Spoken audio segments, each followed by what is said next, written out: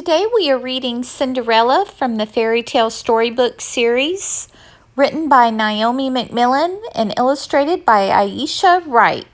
Once upon a time, a lovely young girl named Cinderella lived in a grand mansion with her stepmother and two stepsisters. The stepsisters were jealous of Cinderella, for she was beautiful and graceful, while their mean spirits made them almost ugly. Cinderella's stepmother and stepsisters treated her unfairly. While they wore fancy dresses, slept in comfy feather beds, and spent the day eating sweets and prancing before the mirror, poor Cinderella had to wear rags, sleep on a hard mattress in a drafty tower, and spend her days cleaning the mansion, washing clothes, and scrubbing floors. Even so, Cinderella remained gentle and good-hearted. Her sweet spirit made her more beautiful every day. One morning, an invitation arrived. That night, there was to be a ball at the king's palace. "What shall I wear?" asked one sister, looking at the gowns in her closet. "What shall I do with my hair?" asked the other. "I'll fix your hair," offered Cinderella. "Be glad you're not going to the ball," said her sister meanly. "Everyone there would only laugh at you." Cinderella blinked back a tear. Once her stepmother and stepsisters were gone, Cinderella began to weep.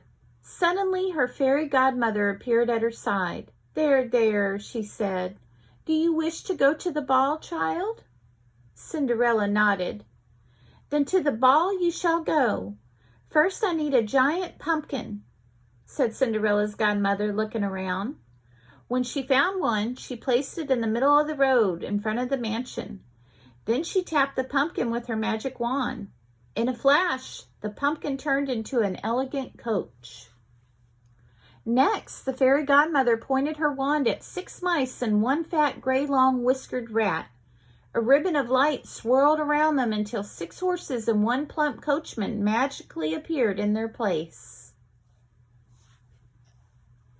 Cinderella stared at the elegant coach, the fine horses, and the proud coachman, then looked down at her own shabby clothing. "But how can I go to the ball like this?" she asked.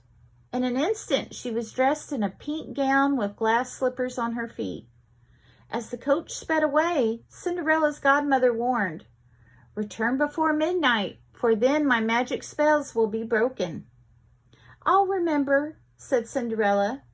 But when she arrived at the palace and the handsome prince came out to greet her, Cinderella forgot all about her fairy godmother's warning. Once inside the ballroom, the prince asked Cinderella to dance. Everyone stared as the couple waltzed across the floor. They wondered who the beautiful princess was, for Cinderella wore a crown upon her head. Dressed in such finery, even Cinderella's stepsisters did not recognize her. Later, a feast was held in the grand dining hall. Cinderella sat with her stepsisters, while the prince took his place at the head of the table. He never touched his plate of food, though, for he could not take his eyes off of Cinderella. Bong, bong. The clock struck midnight. Suddenly, Cinderella remembered her fairy godmother's warning. She jumped to her feet. "Thank you for a lovely evening," she said to the prince. Then she ran from the hall and disappeared through the palace doors. "Wait!" cried the prince, but it was too late. She was gone. In her haste to leave, Cinderella had lost one glass slipper.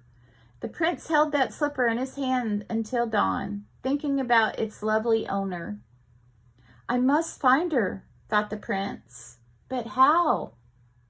The next day, the Grand Duke traveled the land with a single glass slipper.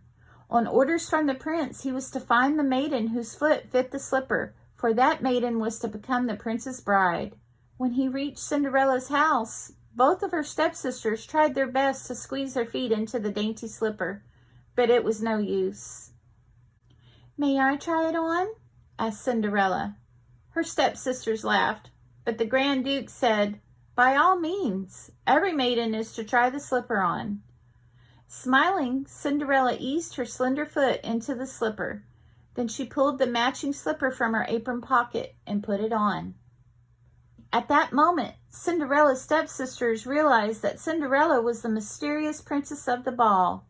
Falling to their knees, the stepsisters begged her to forgive them for having treated her so meanly. Cinderella forgave them, for she knew that an unforgiving evil spirit destroys all happiness. The following day, Cinderella and her prince were married.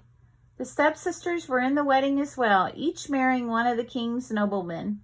And so it was that everyone, including Cinderella's stepmother, lived happily ever after. The end. Thank you for watching.